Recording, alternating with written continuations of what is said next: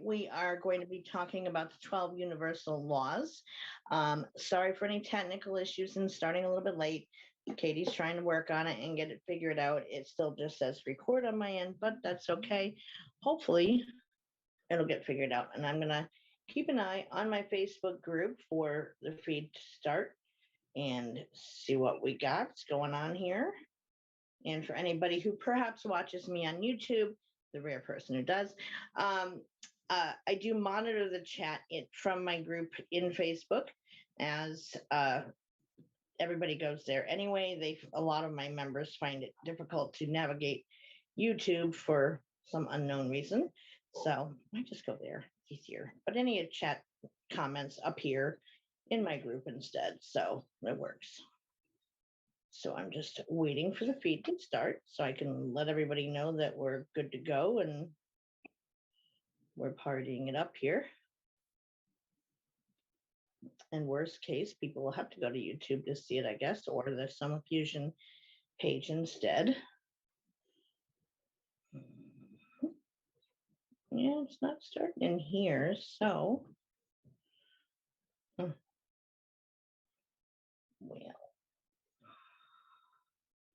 let's do a refresh. There I am. Okay. Hi, guys. Sorry for the late start. We had some technical difficulties. Katie's hard at work trying to fix it, as always, of course. My lovelies, how are you? Good to see everybody. Okay, Sandy. So tonight we're going to be talking about the 12 universal laws. I'm going to touch on the sub laws as well, but we're not going to like hardcore delve into them because there's 21 of them. So that could be a 3-hour show if I did that. So, but at least gives you a sense of what they are and involve. But first, and to give everybody else a chance to come in, I am going to do the sage blessing as always. Please feel free to like and share and all that happy stuff too. And I'm going to get this going here. Fire it up.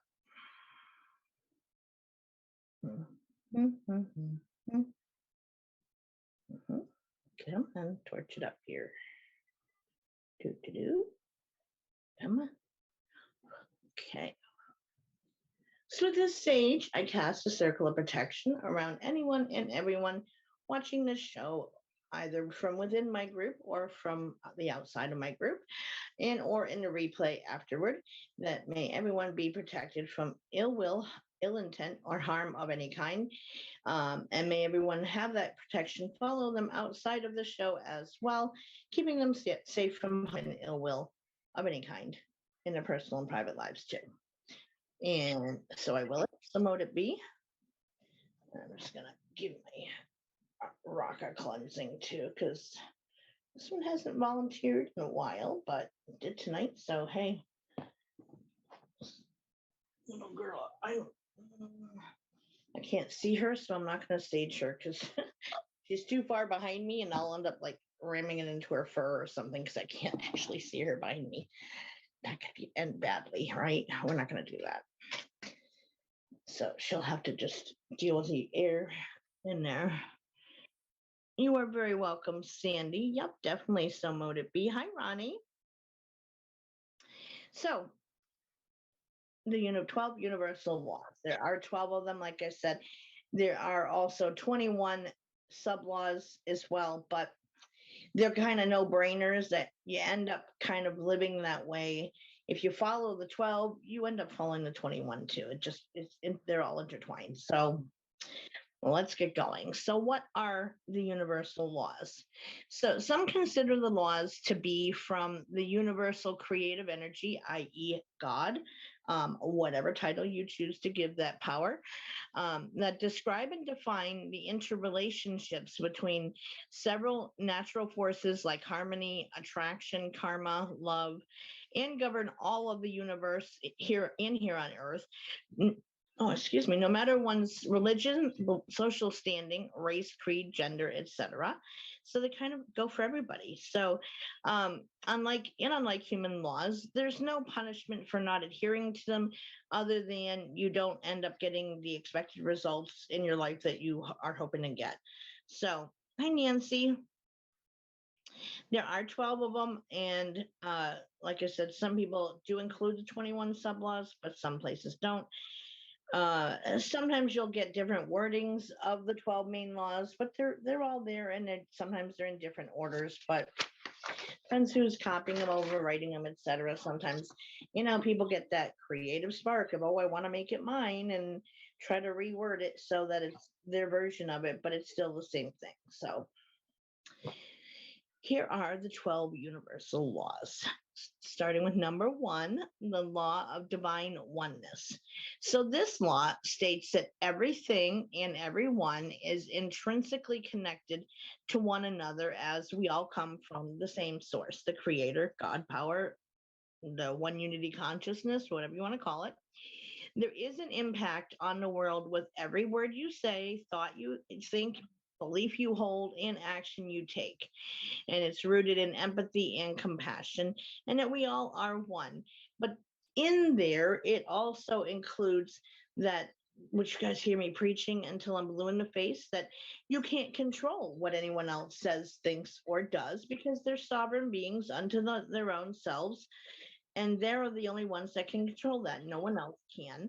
No one can make you feel something you don't want to feel. You're in control of that as well. But we cannot force someone else to see things from our perspective, our point of view, or what we feel is right. And so much discord in this world is created by trying to do that rather than recognizing I'm not making an impact. They really don't want to change. So I give up and I step back.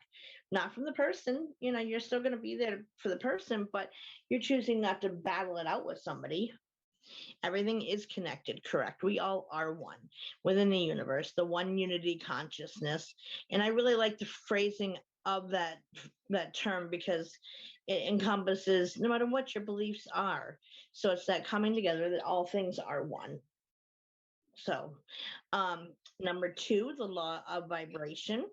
This one states that everything and every being is in a constant state of vibration and emitting frequencies and energies that are not often seen on the surface. Some people with certain gifts can see them in the form of auras, etc., but most people don't have that ability. You can sense them, but you don't often see them. Once one understands that part about people and all living things, then you learn to control it via mindful thinking regarding your thoughts and actions. And then you can change your personal vibration and frequency to operate at a higher level and higher frequency. And so when one operates on a higher frequency, there comes with that a greater understanding of the interrelationships of all things, and you gain a greater sense of purpose in your life. And by the same token, you invite more positive things in your life. When you are more negative in lower vibration, then you stay in that place and you unpack and you have a party in that space and or exist in a constant state of drama and depression and negativity. You're going to draw that to you and you're going to create that as your life. And then people sit back and say, oh, woe is me, pity party, when they're the ones that kind of created it to be that by their not using mindful thinking, not making sure to raise up their own vibration. And I'm a very high vibrational person naturally, and yeah, I can get low sometimes if I'm not feeling well or what have you, but it's kind of like as soon as with that same idea that everything is connected, even no matter how tired I am before I come on air, if I'm not feeling good, whatever it is, once I get on air and I start interacting with you guys, there is an energy exchange that takes place, and hence my mood lifts and I get more peppy and high vibrational. And most of you also say the same, that you leave in a better mood than you came in with, and you enjoy and are drawn to that time together because you like that family vibe and that energy that is exchanged both ways. So It's interconnected. Yes, absolutely, Sandy. So number 3 is the law of correspondence. Now, this does not mean that you're bound to go out and write letters to everybody. Not at all. Not that kind of correspondence. So this law states that patterns continue to repeat in the universe on both grand and small scales, just repetition, there's cycles of things.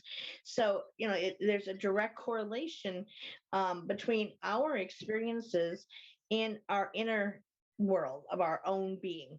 So like what we are experiencing on the inside is, you heard me say before that you can judge what kind of a person someone is by who they're surrounded by. And that is very true. And that's what this pertains to, is that, if you are a negative Nelly and just always drama filled and live in that state all the time, you will end up surrounded by those types of people, because like attracts like. And by the same token, when you raise your vibration up and you stay more positive and you don't, we are human. We are meant to experience human emotions. But the difference is you don't unpack and stay there all the time. Where even the more negative emotions of anger and whatever those emotions are, it's okay to feel them, absolutely, but you don't stay there. You catch it, you allow it to happen, you acknowledge the emotion, and then you start backing out of it and getting control of things again and calming down, and hence you're not going to be stuck in it, right? So you're not going to be surrounded by really negative people when you do that mindful thinking stuff. But those who do, well, that's how you can judge a person. So it's like that. And the patterns we experience in our outer world is a direct reflection and mirror of our inner selves. So it corresponds. So if you cultivate peace within, then you cultivate peace externally. So it's a mindful understanding what direction, what kind of person do you want to be, what kind of life do you want to live, and what is going to make you happy. And then if it is to be happy, well, if you have to resolve some inner stuff that you're carrying around with you in order to get happy, well, then you do it. Like, it's not complicated. It's nothing to be fearful of or to be so afraid of change that you run from it, like a kid being force-fed spinach or something, and by their parents or medicine, you face up to it, you deal with it, work through it, and move on. Hi, Ted. So you cultivate that and grow what you want in your life. So number 4 is the law of attraction. And basically, like I said a minute ago, like attracts like, and the vibrations and beliefs, emotions, etc., that we put out into the world are what we get back in our lived experience. So if you're emitting love, peace, harmony, etc., your life will mirror those things through in terms of your experiences that you have in your life. I've been working on transformation. And what are you changing and transforming into, Ted?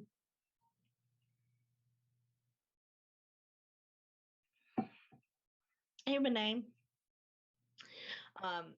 If you're maintaining a more negative attitude and live in victim mode and depression all the time and think that, all you ever get is the worst luck ever, and then you're going to have those kinds of experiences in your life, and it's going to be difficult to shake it. Not impossible, because it really comes down to, again, mindful thinking and making the choice that, okay, I'm going to give this a shot and see where it leads. And I did a 30-day trial of this back in the day. Okay, is there something to this? And gave myself 30 days to practice mindful thinking and to catch those negative thoughts and turn them around and so forth. And lo and behold, by the end of the 30 days, I had to honestly sit back and say, yeah, my life is starting to change directions, and it's not as bad as what it had been. Things are improving. So there's something there to it. Transforming by self-realization from trauma and not knowing that I'm not a victim and that life is for me. Well, those are good choices, I guess. Hey, Marianne. So that said, we are here again to have a human experience. A human experience is partly to experience the full range of emotions. Nobody I don't care who you are, what kind of person you are, what your background is, how much money you make. No one is going to stay in a state of love and light all the time, 24/7. It's impossible because we're not meant to. So we do encounter different things that can tick us off, can get under our skin, can push our buttons because we're letting them. But you recognize that you can control your emotional response. And then, again, it takes practice and mindful thinking, but it's possible. Then, you change it, you recognize the pattern that's happening and pull back from it and take a different route, and then it turns out differently. So it's okay to be mad, it's okay to cry, it's okay to be frustrated, and those are considered more negative emotions, but not the end of the world if you feel them. It's just don't unpack and stay there. That's the key. So number 5 is the law of inspired action. Now, this is connected to the law of attraction, but it states that you must take real, actionable, inspired steps in order to achieve your goals and invite manifestations into your life, especially when you lock yourself out at midnight. Oh, no, tell me you didn't, Sandy.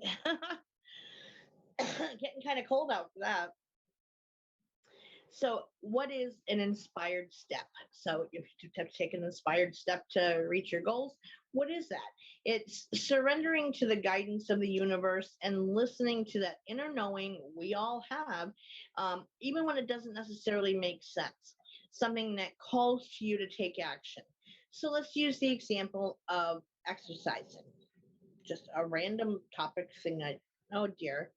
Well, I'm glad you got back in. That's a bonus. Now you got to make a copy of the key and hide it somewhere outside safely so that you can't get locked out again.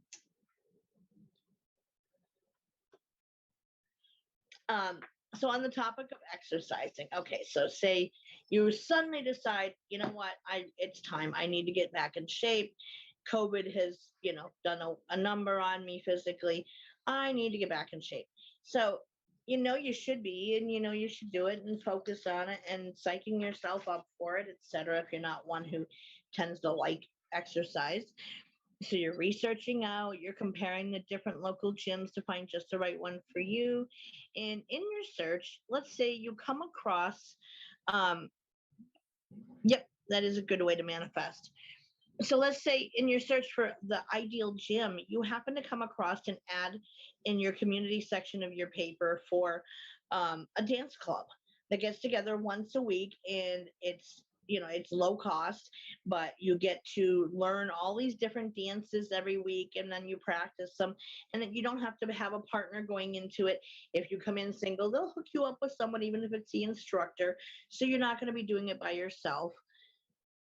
Oh, well, I'm glad that somebody at least did have an extra key to let you back in. So you can, you're now faced with these two choices. The dance club, the dance group kind of sticks with you, and you kind of keep kind of going back to that, even when you are chiding yourself of, you know what, I really should have get on making this phone call to the different gyms and see what the membership costs are and so forth. Yes, you are finally in, Mary Ann. Welcome. And but in the back of your mind, it keeps coming back in that, wow, you know what, that dance club sounds really awesome and a lot of fun, and dancing is great exercise. And I really should look into the membership. That would be the better thing.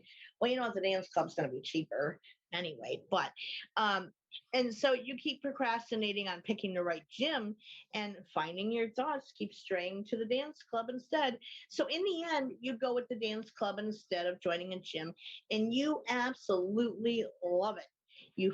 It is so much fun. You're getting all your exercise in as well, and that dance club stemmed from listening to your inner knowing. It kept coming into play because you're being told like that's a better way to go for you. You're more likely to stick with it because it's something fun and enjoyable, rather than, oh, it's time to drag myself to the gym again and I gotta go work out, and you get stale in your workout and stuff like that.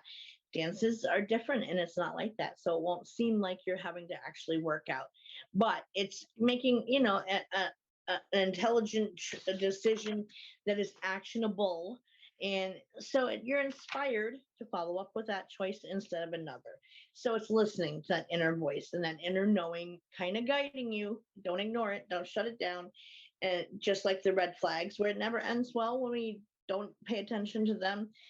By the same token, even if it's something positive, it doesn't tend to end well. And if you had gone, he stays to the gym instead for a membership, you'd have been miserable the whole time, and you would have felt like everyone was watching you, and it would have been embarrassing. You'd come up with, you wouldn't have stuck with it. Whereas with the dance group, well, everyone is at different levels, and it's okay, it's made to be fun. So better decision.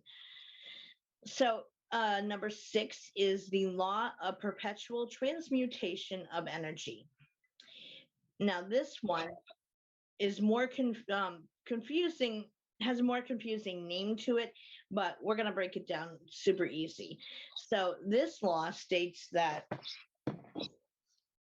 energetically, everything in the universe is constantly fluctuating and changing from one form to another. A lot of it happens even on a cellular level. So your vibrational frequency has the power to affect another and vice versa. And so again, like the example I used of us with the show, that's an example of that, where no matter what is going on in our personal private lives before the show happens, once we're in it, we all walk away feeling better, having our mood improved, having more energy, being happier, because our energy is shifting back and forth, changing and mutating back and forth, and it's changing forms throughout the process of the show. So it's just that simple, is that it doesn't, it's going to change frequencies, and its energy is going to change form. So even after a show ends, I don't know about you guys, but I can say that for a while my energy stays higher after I got off the air most nights. Now, there are some nights where if I had a marathon show or something, yeah, I'm a little more tired, or if I didn't get enough sleep the night before, whatever, or the day before, that day of the show, there we go. I can be more tired, or, afterward, but I still overall will stay at least higher energy afterward to get things done, table put away, and, get back to just Donna mode again after the fact than I would have otherwise. So I've changed frequency a lot. I actually feel vibrations through my body. Well, everybody has them, Ted, and you always have, hon. So by the same token as what I just explained, is that so a friend or loved one comes in and starts heavily complaining about their day, they are in full-on whine bitch mode about how bad their life is, how terrible it is, and they're just on and on, complaining about it, and you don't see your energy changing, but boy, you can feel it, can't you? You know that you can either start getting tired and feeling drained as the person continues talking, or by the time you walk away from that person, as much as you may be trying to shield yourself from it, especially if you're an empath, you can feel so drained by the time of the end of the encounter comes that you're like ready for a nap, and you're drooling in your seat afterward. It can happen unless you are mindfully observing your own energy or doing the bubble trick, whatever is going to work for you. But one energy is going to, if someone's a higher vibrational person, it's catchy, it's contagious. You start changing, shifting, and exchanging. And if someone comes in who's very low vibrational, and that's all you're exposed to, then you're going to end up right down there with them. And you end up having like the the water cooler chat, I call it, where in workplaces and stuff, you get one or two people standing there complaining to each other about everything, and another person's walking by and they're like, oh my god, yes, I know exactly what you're talking about, and all that drives me crazy, and starts in with their adding their energy into bitch fest, and it just keeps snowballing from there until everybody walks away and they're in a depressive mood and they are drained. Yeah, damn vampires is right. So that's what that one has to do with, is that, whatever you are putting out, you're going to get back. And you shouldn't have to feel like you need to sage yourself after an encounter with the person. Just saying on that one. So number 7 is the law of cause and effect. So like Newton's law, all actions have a corresponding actions. And you guys, I'm going to say a quote now, and I think you know who the speaker of this quote is. Every action has a consequence, good, bad, or otherwise. Who says that? I didn't know anything about the chakra system until this past year. Now my chakras flow. I overcome fear and I face challenges in a positive way where I believe in myself so much. I've never felt more this amazing in my life until recently. Well, good for you. So who says that quote about every action has a consequence, good, bad, or otherwise? Wait for it. Wait for it. Who's going to be the first one? No, Nancy, me. I say it all the time to you guys. And it's true because every action, now sometimes consequences are not bad. They're not there to punish you. They're good consequences where you may get a reward. You may get an unexpected surprise. Thank you, Sandy. You may get an unexpected thing. Yeah, sometimes our actions bring about a negative consequence. You break the law, you get pulled over by the cops. Well, yeah, you can get a ticket from it or whatever. And it's other times it just is. It passes without any speed bump in the road either way. It's not a big deal. Nothing negative or positive really comes from it. It just is. And it depends on what your action was that led to whatever your consequence is going to be. So this law corresponds also to the Wiccan law of do what ye may, but first harm none. But also the threefold law idea of what you put out is going to come back to you times 3. It's kind of like that, it's not necessarily, hey, faith, that everything does come back at you times 3, as much as it's meant to be a series of checks and balances for yourself, that you are keeping an eye on your actions with the recognition that, like what we have already discussed, that it's going to come back at you and manifest in your environment if you're not careful. So it's better to watch yourself and what your thoughts are and what you speak, what your beliefs are, what you're putting out into the universe. You're going to have a physical manifestation of that. So that's what that pertains to. Yes, that's the law of cause and effect, Ted. So number 7 is the law of compensation. And this is often tied to the phrase that you reap what you sow. And this law states twofold things: that you have the right to compensation for services provided in the form of gifts, blessings, or monetary gain. But it is also tied to manifestation. Like everything happens for a reason. So say you're really working hard to manifest getting this one job you wanted so bad, you can taste it, and despite your best efforts, you're not getting the job. You're not moving past like the second interview, and there's 3 interviews or something, and it turns out you didn't get it. Hey, Mary. And so of course you're going to be bummed out that you didn't get the job, and you can sit there and feel angry and frustrated and ready to cry because you didn't get your way and get the job you wanted. But what if you didn't get that job for a reason? What if the universe has a different job and a direction on your path for you in mind? And maybe you're not meant to have that job. Everything happens for a reason. And so with that, even though on the surface it may not seem like things are going our way, and that's okay to observe that, but at the same time, don't spend your energy getting all pissed off 6 ways to Sunday about it. It may not be what you really wanted, but in the long run, you take it. Like you may take a job because you feel like it's your only choice to take it because you didn't get what you really wanted. But in the end, well, good. Well, then you came for the right show, Ted. But it turns out that your new job is absolutely awesome. You love it. You're happy. And okay, you may end up making a little bit less money, or maybe the benefits aren't as phenomenal, whatever, but you may absolutely love what you're doing to where you are excited to go to work every day.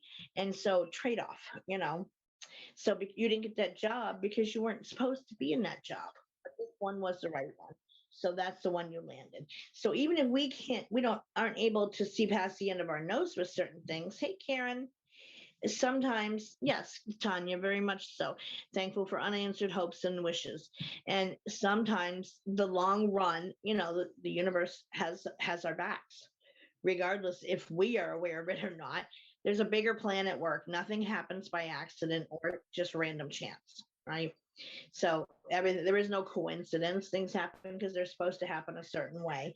So keep that tucked in the back of your head when something doesn't go the way you really want it to on the surface, because you're not looking further ahead or looking at it from a different angle. So you're only seeing the one path, and that's it. And that may not be the right path. So, okay, Karen. So that is that law. So number 8 is the law of relativity. And this law states that everything is actually neutral. Wait, what? Does that make sense? That everything is actually neutral? It does. Now we'll see. So listen, we humans have this need to label everything and categorize everything we see. We know that, right?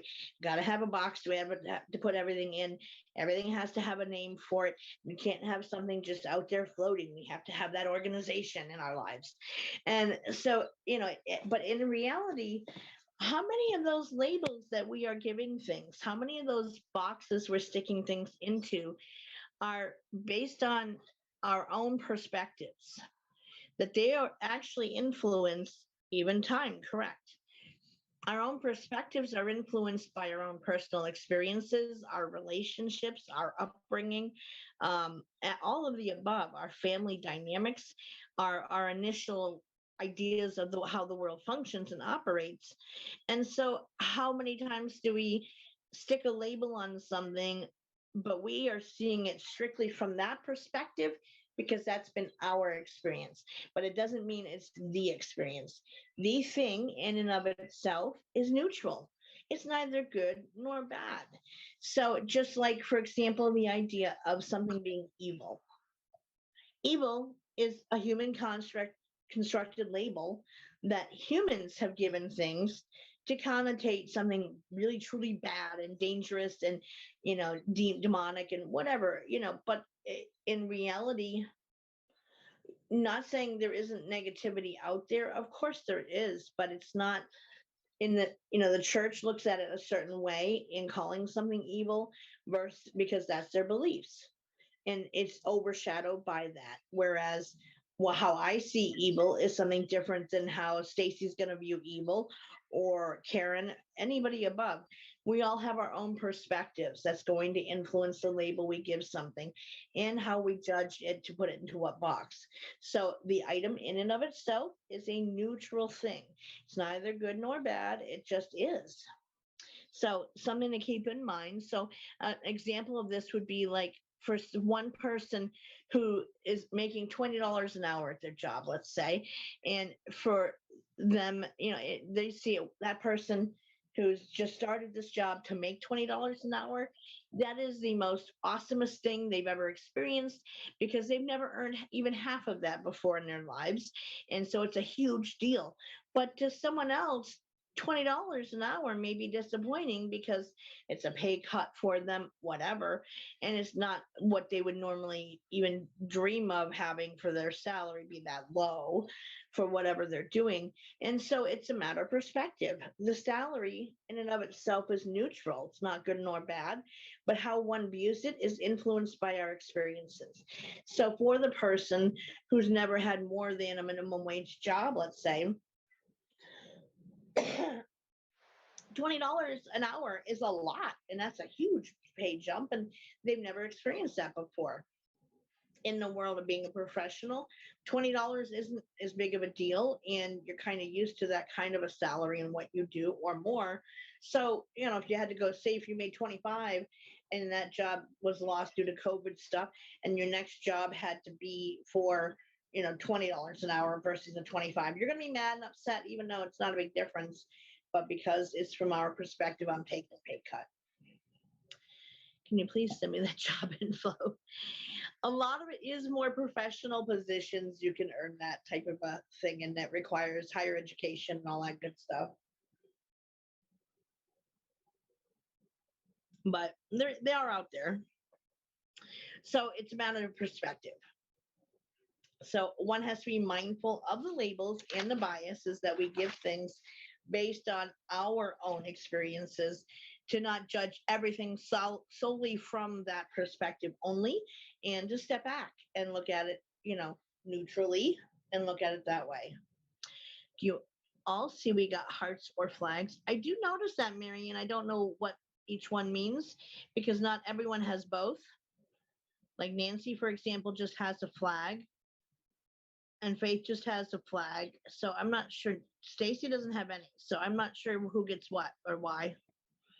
New badges. Yeah, I don't know what they mean though. Not everybody has the same one. So when one shifts their view, say from feeling like you don't have enough of what you want, stop and think that how blessed you actually are to have what you do have, and that it is more than what others have. So be grateful and blessed that you have those things. I'm grateful for working at McDonald's. I get to transform. Had to quit McDonald's. Yeah, I don't know the badges either, what they mean. I can look into it after the show ends or whatever. It's Ted. I missed Ted's comments. I get to transform into a compassionate person by learning to be loving, kind to customers and coworkers. I don't care about the pay. Right. But for some, they're feeding their families in that, with that income from McDonald's, and it matters to them. And it is all about the pay versus the experience of having something to do. So I don't know what Captain D's is, but so be mindful of your position and maybe try to see it from another point of view other than solely your own when labeling things or being so quick to assign something to something, because it's not always that. I think coworkers out sick makes me work like we're people. I'm sorry, Karen. It's almost over, love. So number 9 is the law of polarity. This law states that everything has an opposite, and the existence of these opposites are vital to help us have a better understanding of our lives. And I'm grateful for the pay. I do.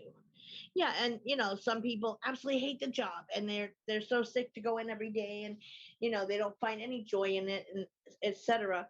And it's a matter of perspective based on what their life experiences are. So that just proves what I was just talking about, because you're happy to have the job and you're grateful for it, but they are resentful that they got to work at McDonald's, or they're lowering themselves to work there, and they think they're above that, whatever. But if they shift their perspective to understand that you're blessed to have that, and it's more than what some people have, then like quit your bitching, basically.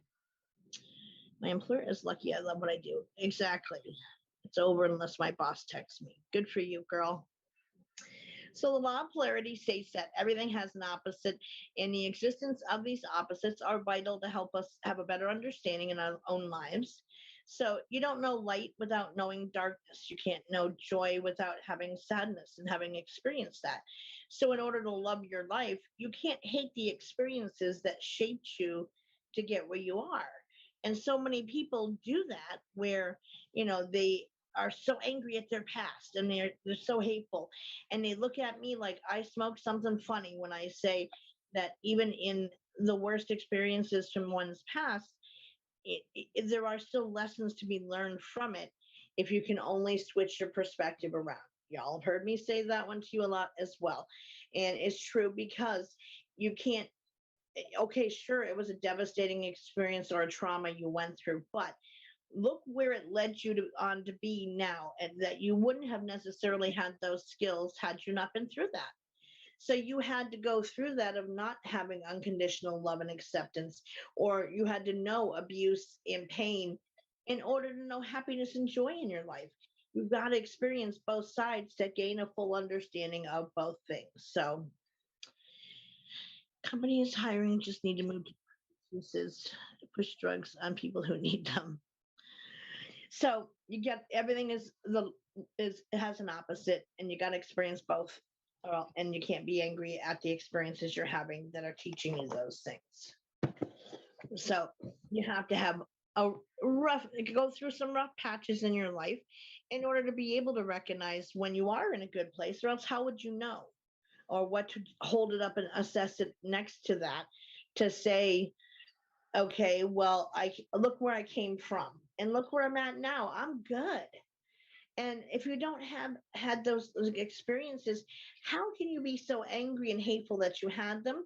Because now you recognize that things are better and you are actually maybe happy for the first time in your life, whereas you may not have ever experienced that of your past. So you can't hate what you go through, because it does end up, it teaches you balance of both sides.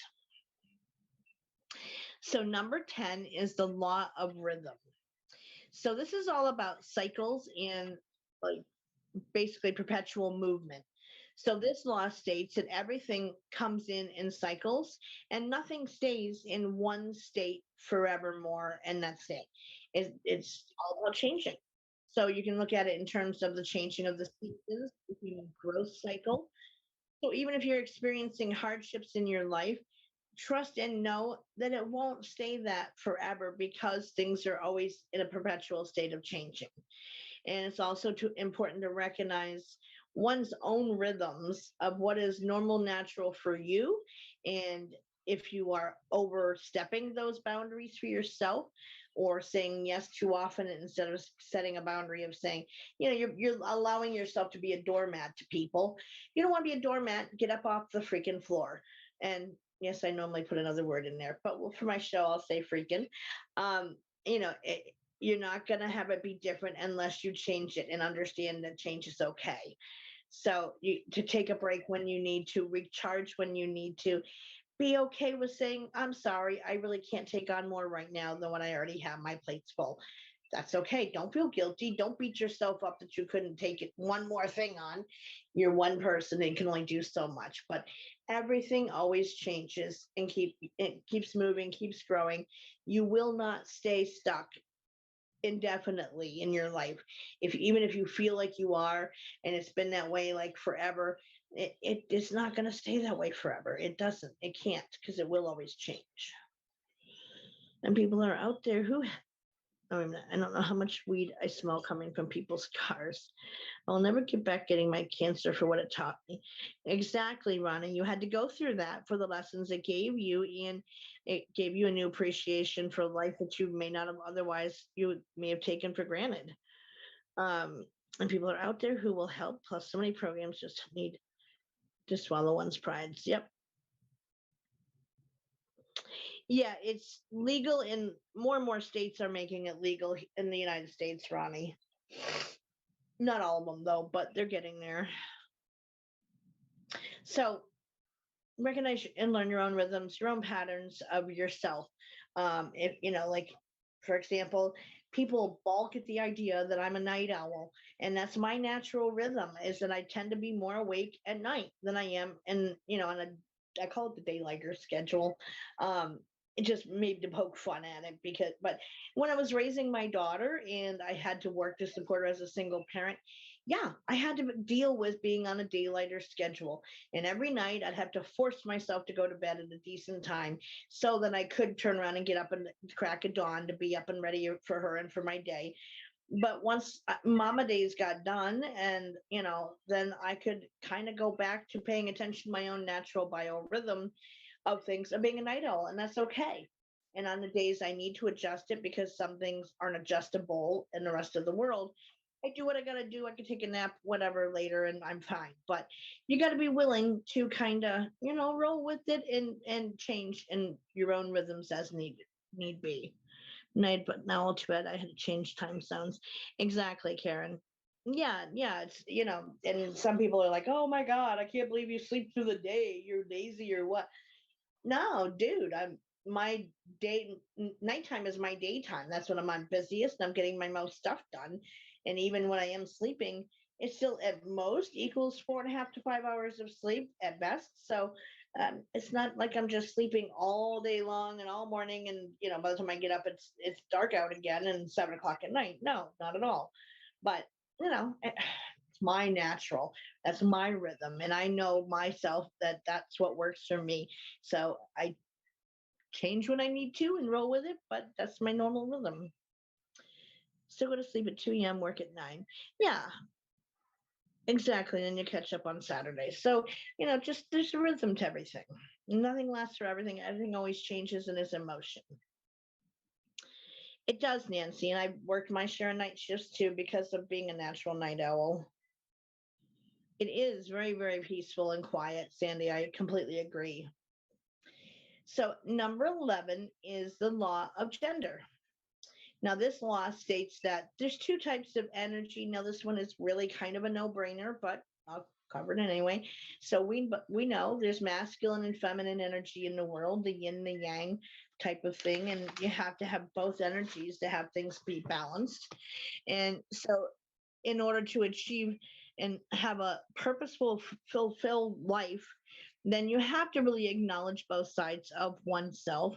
And masculine energy is tied to like hustling and achieving and doing and being on the go constantly, whereas feminine energy is tied to more like surrendering, compromising, allowing things to happen, creating, and just being. Whereas you can't get through life with all just one way or the other.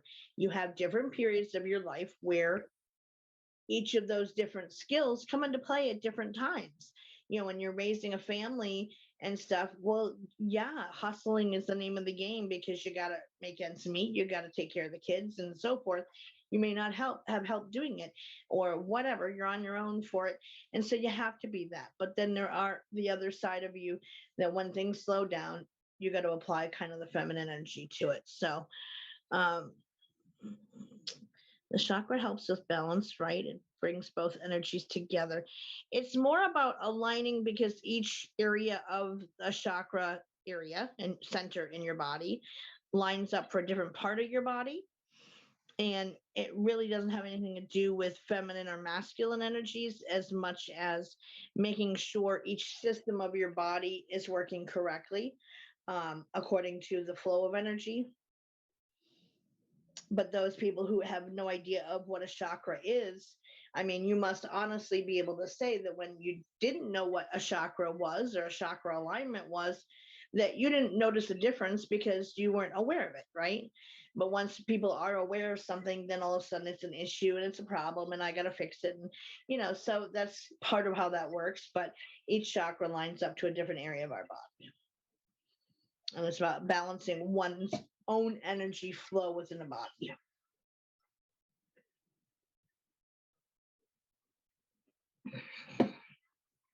But really it's that idea that before you knew about it, you never really knew anything to experience it. You never noticed when one area was out of alignment or not because you didn't even know what the alignment was.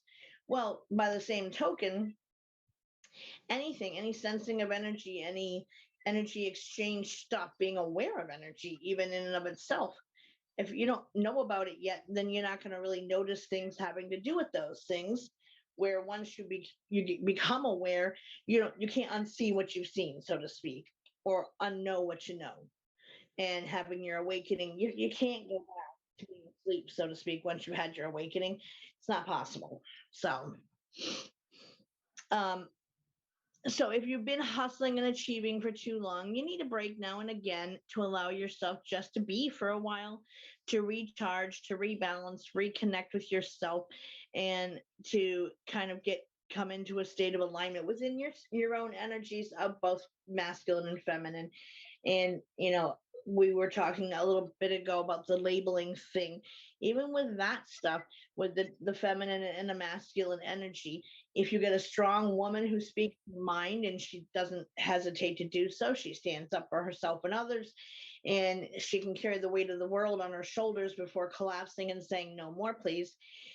A lot of men get threatened by that because they're insecure with themselves and their own masculinity, and they're seen as being like, what's wrong with them, or they're butch or whatever, when No, I'm just a strong woman. But many men are threatened by that because that's seen as more masculine attributes in, in our society and our culture, and not at all feminine and girly. Or by the same token, if you get a child who's a girl and she's all into sports and getting dirty and playing and climbing trees and keeping up with the boys in sports, she's labeled as a tomboy, when in reality, no, she's just adhering and melding both energies into one. Once my cat is done with chemo, I'm taking a week off. Will you go, girl? Well, we will look forward to that vacation. So just take us with you. So historically, once I learned about the 12 universal laws officially, once I did and I read through them and kind of studied them, it made sense. Every single one of them made sense to me, and I found that overall I already lived my life by all of them anyway. So really it was just putting a name to them for how I chose to live my life. That said, I would always look for and researched who the creator of the universal laws were. What was the first source that saw them put, or society that put them into writing? Was there one specific author they could be attributed to? I'm more of a man than 90% of the men I know. Well, exactly, and that's okay. And it's more about a balancing of the energies so that you have time and a place for both energies to be present within you, because you are made up of both energies. And so everything I researched out across 3 different search engines, and I can't even count how many ways I rephrased this flipping question this morning when doing that part of the research of trying to get to the origins of these. I think Alexa was ready to leave me this morning when I got done, because I even went to her to ask questions of, what is this and how many different ways I can say it, and in all the different search bars and the search engines I use. So suffice to say, the only things I could come up with included God, the creator, the one unity consciousness, whatever label you want to give that energy, Isaac Newton, often associated with a meditation from ancient Hawaiian culture, actually. Hi, Lori. Yeah, 3/4 of the time she doesn't know what I am wanting to know about Karen, and I end up calling her a bad name, and she shuts off on me.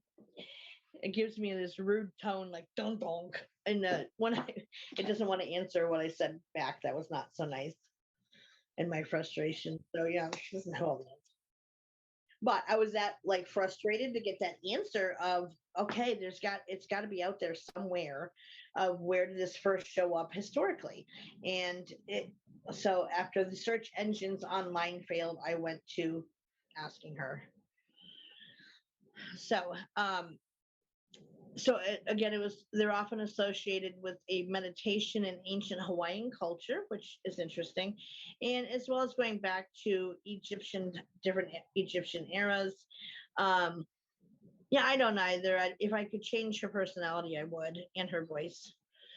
And so there is no one.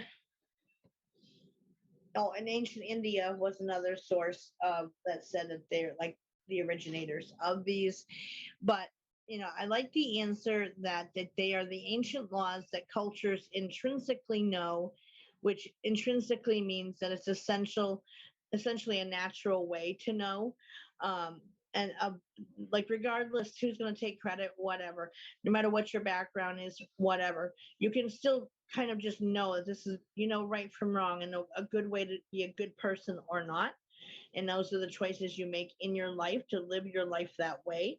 And so it's like me having found out, once I realized that, hey, these are actual things, and went and researched them and read up on them, found out I had been already living my life that way for, a couple decades at that point. And so it wasn't like a big switch I had to make or conversion, because I was already doing it. So it just kind of gave it a name. I've had lovely combos with Alexa too, and I've threatened her with changing her name to Dumb Computer. Yet the names I've suggested for her don't involve such nice names as Dumb Computer. We'll leave it there for sake that I'm in the show, but you know, you guys know me and my mouth with language. So you can use your imagination as to what I've come up with for my Alexa app. But yeah, it often doesn't know. So, like I said, there is everybody, different people throughout history want to take credit for being the originators, and even those who first wrote an actual book about it that got published, credit went to them too, in addition to all these other sources. So nobody knows. It's been around forever and a day. Suffice to say, it's guesstimated to be at least 5,000 or more years old. And being nice, Karen is already in a 30-day ban. I saw that earlier today, Karen. Way to go, sister.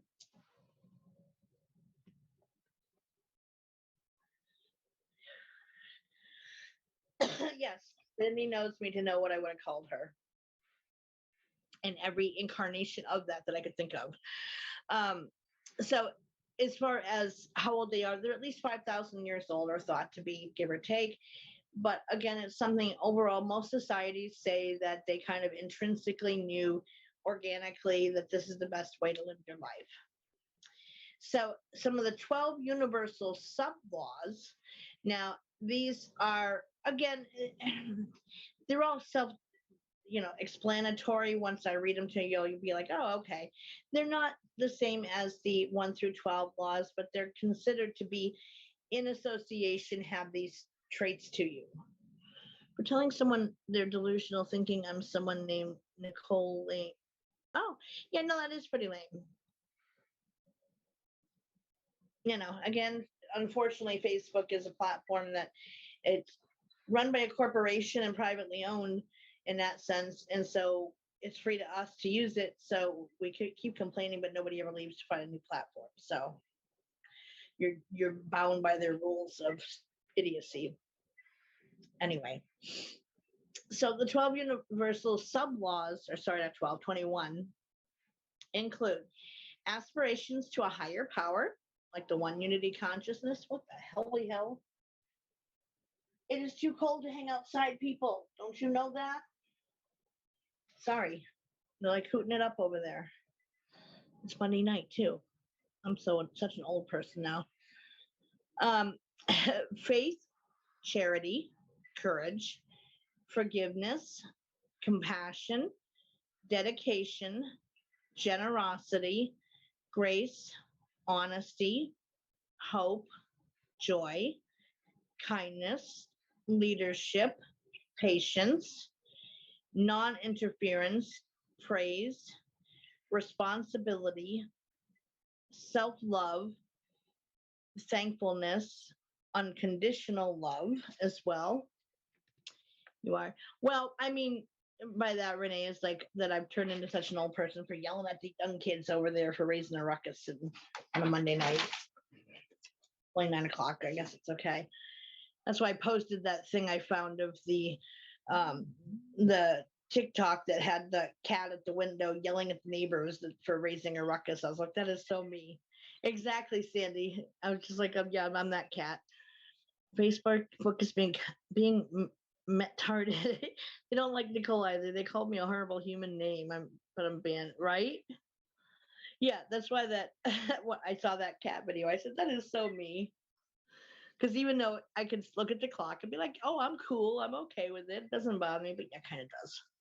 I'm so used to my peace and quiet of my old house, of being out in the middle of nowhere in the woods and not worrying about neighbors' noises, and here they're right there. Anyway, so those are the 21 sub-laws. It's also said that those are all the same laws that entities have to live by on the other side as well. Now, in time to get all spiritual and mystical here, but in asking my guides, I was told that these laws are also intrinsic, I can't say the word all of a sudden, intrinsically known on how one should conduct themselves, but their core concept comes down to at the root of love and having to do with love and understanding for others, etc. At least your neighbors are shooting AR-15s. It's just a stand outside party, but like I said, I take issue more because there's little children running around amidst all the partying, and I disagree with that. And they also said that basically that all the concepts having to do with these universal laws were brought forth by all of the major religious leaders throughout time and history, who appeared to different people of different beliefs at a time when they were ready and willing to hear and understand them. Yeah, it's a good thing they aren't. That's good. Yeah, guns and partying don't mix, but they've had fireworks before. I will throw that out there with the partying and small children and drugs and alcohol, but no, it's not good for the children's environment. And as a former caseworker and advanced CPS certified caseworker at that, I keep a side eye out on anything, and they just kind of right on the borderline of something reportable, because they could say that there is at least one person present who is clean and sober to keep an eye on the kids. And as long as there is, then they're not going to do anything. Your neighbors shoot cannons sometimes. Wow. That's intense. I can't even imagine living next door to that. I'd probably go and fill the cannon in the middle of the night with a bunch of glitter. So next time they shot it off, it just exploded glitter everywhere. Yeah, no, definitely not, Karen. But like I said, I know that would be the excuse given if I were to hotline it. They'd send somebody out and they'd say, well, I'm here and I'm clean and sober, and so I'm watching the kids. And yeah, nothing would come of it. So so in talking about like the concepts of love that all the main religious leaders throughout time taught about, there's Rishabhan Atha, who was the founder of Jainism in India. Are they a militia or just a small penis? Makes you wonder. We have Muhammad, of course, the prophet of Islam, Confucius. He was a philosopher, but in China, circa 551 BCE. However, he did also teach about how to conduct yourself in your life and so forth. So he got kind of is lumped in with that list. The Buddha, I don't trust children in society here. They traffic kids. Oh, that's not a good thing.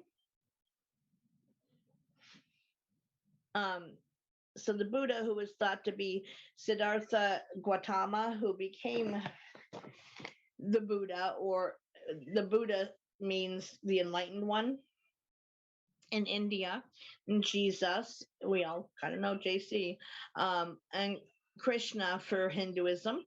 And so it said that those are the ones who brought forth the message of those universal laws that at their core dealt with love and teaching about loving equally and honestly, and not being a judgmental jerk against everybody who might think differently than you do. And in a roundabout way, be a good person. Don't be horrible in your life. Don't go out and hurt people. And that's really what all these laws dictate for people on how to carry yourself. So the universal laws may have many different wordings of the laws, like I said before, but no matter how they're worded, they still retain their meaning and what they are. That doesn't change regardless how they're presented. Like I said, I think some are trying to avoid plagiarism, etc., to make them their own. And many of you will find that despite not knowing the official laws, that you too also tend to conduct your lives in that way, so that the laws dictate that you do carry yourself. That, yeah, I've kind of already been doing that most of my adult life. And so in that case, keep on, resume, please resume. I don't know if I can help, and I won't ever go near them. Well, that too, but if I were to do something, I would fill the cannon with glitter and let them explode that, have a glitter bomb. Just a friendly suggestion. So I think that if one isn't aware of or sure of these universal laws and does choose to try them out for a size, they will see their lives becoming more fulfilling, more purposeful. Their path will become clear to them, what direction they should be heading in. You're going to have more of a positive outcome in your life without being dragged down by drama and negativity all the time. So to anybody who is interested, if you haven't already kind of tried tweaking your personal practices of living your life, to give them a try, see what happens, even if it's for 30 days. See what the outcome is at the end of the 30 days. Do you notice a difference? Because I can honestly say, and I can be skeptical with some things, and not that I'm a prove me person on everything, but I'm a questioner.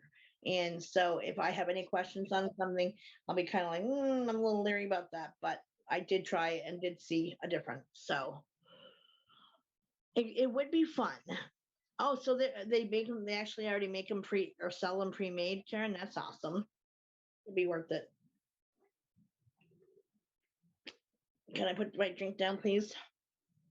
So, what do you guys think, or do you find that you already do live your lives according to these 12 universal laws overall?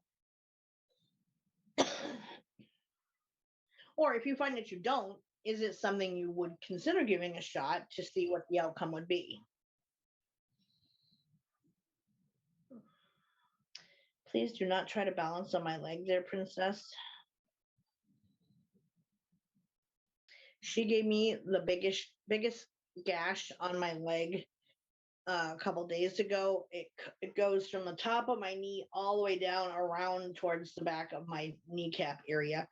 Yeah, she just, and it bled like a son of a gun for, I would say probably half hour before it completely stopped. I was like, dude, don't even think of getting anywhere near me. You made me bleed. You used a lot of them already, and try to live according to them. There's a website, 2 male glitter bombs, poop, gummy dicks. Those are tasty, potatoes and more. Rather use kitty poop for pirates. I try, but should try harder. I can post them in the group, Sandy, absolutely. They may actually already be within the spiritual guide section in the group.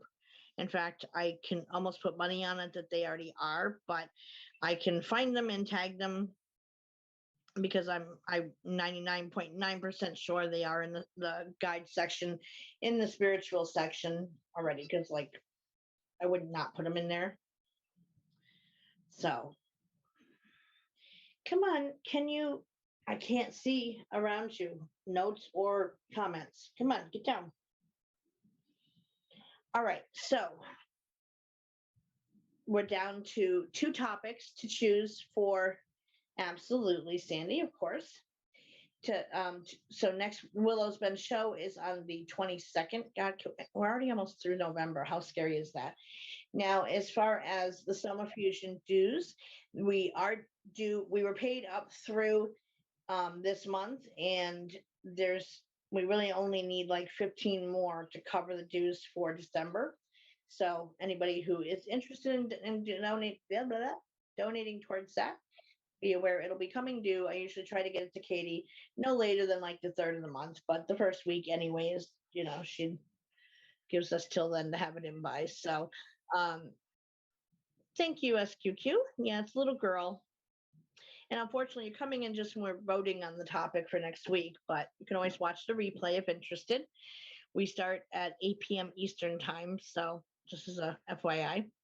So next Willow's Bend is on the 22nd, episode 167, and we're down to only 2 topics on the table because I know that there's a handful of you who want one specific topic and have voted for the same thing for over a month now, and so I haven't added anything new to it. So these 2 could feasibly take care of the next 2 weeks of topics, or I can next week add more. Yes, Lori, mass hysteria being one of them, bizarre incidences of mass hysteria, or weird unexplained things from around the globe. So I've not added anything new because I like to eventually get to them if allowed without adding more. Come on, get off of that area. Lovely, thank you. So let me get my pen. Yep, we know Renee and Lori are the mass hysteria people. Mary says mass hysteria. Sandy says mass hysteria. So weird, unexplained things from around the globe or bizarre incidences of mass hysteria.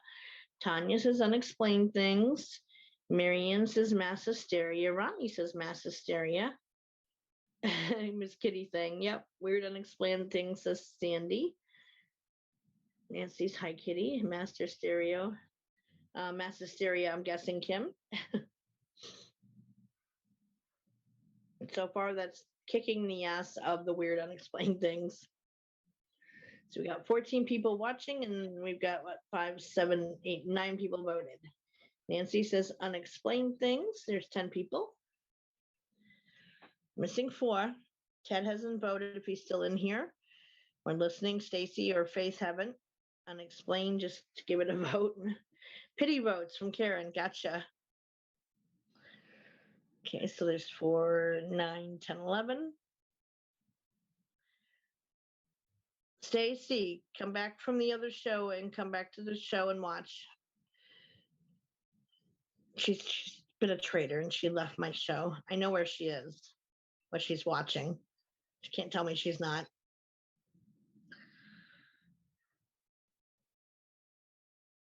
Pity vote for the unexplained, exactly. Hi, Cindy, Pied Piper of Hamlin. Well, we were going to at least look into the doing these 2 topics to get them done, because a couple people have wanted them for a long time now, and I promise. But we can put that on, or I'll make a notation of it for next time. Pied Piper of Hamlin. Got it. Yeah, don't burn the ribs, lady. But I know you multitask, and I know what other show is on same time mine is, so knew you'd be keeping an eye out on that too, more than listening. So what's your vote, Miss Stacy? Stacy C. And Cindy, you never answered my question within the group as to if you are the same Cindy who was my brother's ex from an eon ago or not. Katie says, explaining the unexplainable. Okay, so not the weird things. So is this a different topic then, Katie, that you want? Ow, get down. You're hurting me already. Stop scratching me. Stop it. Stay off of there. You'll hurt me. You don't fit. Your chubby butt doesn't fit on that little area. I love you dearly, but you don't got to try to stand there. Good Lord. So is that a separate new topic, Katie, or is it the weird unexplained things from around the globe that you're voting on? Please clarify unexplained things. Okay. It is you. Okay. I thought I recognized the name, but then you hadn't answered me, so hope you're well. Okay, so 5, 10, 12. So what is your vote then, Stace? Yep, I got you, Katie. Don't get up on my knee again, or I'm going to cause you to lose a stripe or a spot. It's going to happen one of these times, smarty pants. Get down. Come on, just over here. You don't got to be a nuisance. You don't fit on there. It's not my lap. It's one kneecap. Yeah, well. She's bringing back the Jake face.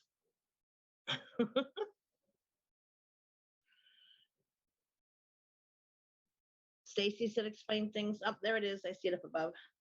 She said it while I was giving a dirty look to the cat. Thank you, Sandy.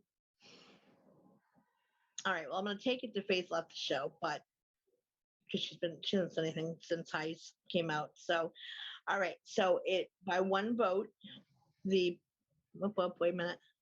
Marianne, I think they get to where they get to overprotect us. My cat does. But she's not protecting me. She's trying to fit her chubby bubby butt on my kneecap where she doesn't fit, is what all it is. I'm looking at my notifications on Karen Rose, and I'm being name called still. Isn't it nice how they keep it going? Glad you're well, Cindy. Come on, get off my foot. Thank you. So, topic then by one vote for next week will be the mass hysteria, and then the following week we will cover the weird unexplained things from around the globe. And as I'm doing the research for the weird show, I will add a plethora of new topics to educate my family here, and teach and learn and grow and bring happiness to your lives. There we go. I think I'll be reading and channeling on them in menopause. You're funny, Karen. So, bizarre incidents of mass hysteria will be for next week. We got book group this Wednesday night, 8 p.m. Eastern time. For anybody in here who's listening who hasn't been to it and would like to be, if you come into the group, underneath the group photo is a row of gray tabs that are marked as rooms. There's guides, there's announcements, events, notifications, albums, a whole row of them. On the left side, there's one labeled rooms. And even if you can't find the link anywhere else, you can come into the group, click into the rooms button, and in there it'll say join the group. Or if that still doesn't work, because once in a while, there's a glitch, then by all means, message one of us in Messenger who are natural, like Sandy. She's my admin in here, and she can help send you the link separately, etc. And I do monitor and keep my phone next to me during book group in case someone messages me. So I'll get the message as well, but Sandy's usually kind enough to jump out and take care of it. So either way, we'll get you in there if at all possible. But that's the easiest way to get in from outside is come into the group, a left side gray button labeled rooms, and then click join up at the top, and bada bing, bada boom, you're in. Easy peasy. And I see the fluttering outside. Oh, you saw it today. Oh, wow, they're back again. See, and it's interesting that because weather's turning cold again and they're back again. That's really odd. I am glad everybody enjoyed it. And so, yeah, that's interesting, Tanya. Her fairies are back. So anyway, my lovelies, for those who are interested, I will see you Wednesday night. We did start a new book. Which one did we go with? Ghost Stories, I think. I never believed in ghosts until 100 Real Life Encounters, was what everybody picked after we finished the field guide to little people last week. So those are just individual stories people submitted to the person collecting them and got published. So, so everybody chose last week. So that is the book for this week.